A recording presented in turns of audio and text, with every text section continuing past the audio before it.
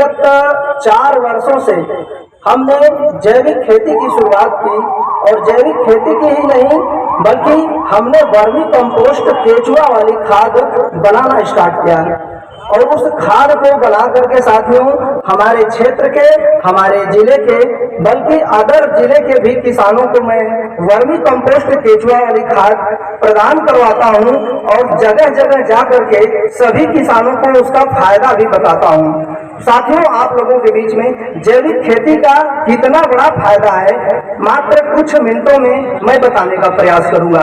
साथियों, आप लोग सुने होंगे कि विगत कई वर्षों से हमारी सरकार यानी हमारे विभाग के लोग चाह करके हर जगह ये बताने का प्रयास करते हैं कि हम लोगों को जैविक खेती करना क्यों अनिवार्य है।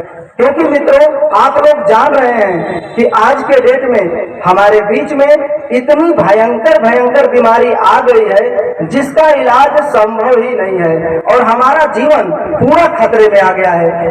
क्यों ऐसा हो गया साथियों, इसको थोड़ा जानने का प्रयास करते हैं। क्योंकि साथियों, आप लोग जानते हैं कि जब हरित क्रांति हमारे देश में आई थी 1966-67 के दशक में साथियों, तो उस टाइम हमारे बीच में कुछ चीजों पर शोधन किया गया था। यानी कि कुछ संकर बीज आए थे, रासायनिक खाद आए थे, कुछ नहर नालों का निर्माण किया गया था। यानी साथियों, उसमें बदलाव हुआ और रासायनिक खाद जो हमारे बीच में आई साथियों, उसका एक मानक था यानी कि 2 kg प्रति हेक्टेयर की दर से डालने का बताया गया था। लेकिन सभी किसान तो पढ़े लिखे नहीं थे। हुआ यूं कि कुछ लोग कंपटीशन में 2 kg डाले, कुछ लोग 4 kg डाले और कुछ लोग 10-20 kg डालना स्टार्ट किए। और आज साथियों, हमारे बीच में आप लोग देखे होंगे कि जो 2 kg पर हेक्टेयर डाला जाता था रासायनिक खाद, आज वही 2 kg हम पर विश्वा में डाल रहे हैं, है कि नहीं। यानी दोस्तों, उसकी मात्रा को हम बढ़ा के इतना बढ़ा दिए कि आज हमारी मिट्टी पूरी बंजर होने की कगार पर आ गई। यानी साथियों, उसका प्रभाव आज हमारे जीवन में दिखाई दे रहा है। किस प्रकार से दिखाई दे रहा है आप जान रहे हैं कि यानी हमारे जीवन में दुनिया भर की बीमारी आ गई। आप देखे होंगे कि छोटा सा बच्चा है, आंखों पर चश्मा लग रहा है। छोटा सा बच्चा है, आंखों पर चश्मा लग गया यानी उसकी उम्र इतना ज्यादा हो गई कि उसके आंखों से दिखाई नहीं दे रहा है। हमारे बीच में थायराइड जैसी बीमारी आ गई, कैंसर जैसी बीमारी आ गई, लकवा आ गया।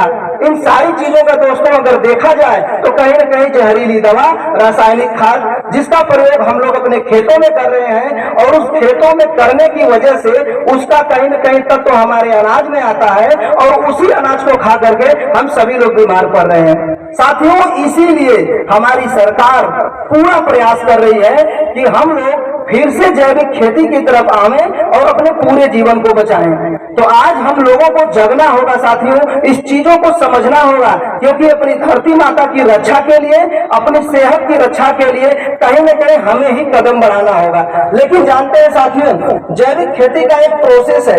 3 से 4 साल अगर आप कंटिन्यू बताए हुए नियमों के अनुसार जैविक खेती आप करते हैं तो आपका पूरा खेत जैविक हो जाएगा, जिससे जो भी अनाज आप उपजा रहे हैं जैविक होगा। लेकिन होता क्या है, एक साल हम स्टार्ट किए तब तक कोई न कोई हमको एक लगाने वाला आ जाता है कि आपका फसल हमसे कम हुआ है, आपका उत्पादन हमसे कम हुआ है और आप घबरा करके छोड़ देते हैं। साथियों, आपको घबराने की जरूरत नहीं है, क्योंकि आप जानते हैं कि बेहतर चीज करने के लिए कहीं न कहीं कुछ न कुछ टाइम लगता है कि नहीं। आपको इस चीज को समझना होगा, क्योंकि उसको अपनाने से आपका पूरा जीवन का दिनचर्या साथियों बदल जाएगा। जितनी भी बीमारियां हमारे बीचों में आ गई है वो सारी बीमारियां धीरे धीरे खत्म हो जाएंगी और आप अपनी उम्र को फिर से बढ़ा सकते हैं। अब सोचिए, हमारे दादा परदादा साथियों 100 साल जिया करते थे, लेकिन आज हम लोगों का उम्र क्या हो गया है साथियों, 50 से 60 साल में ही जीवन खत्म हो रहा है।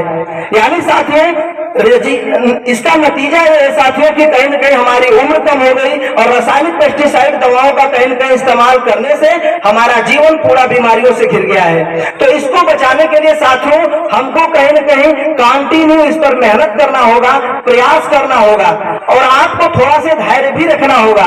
घबराना नहीं है, क्योंकि साथियों आपको अपने बदलाव को लाना है, अपने मिट्टी को बचाना है, तो आपको शांति पूर्वक से जैविक खेती की जितनी भी गतिविधियां हैं, जितना टाइम है, उसको अपनाना पड़ेगा।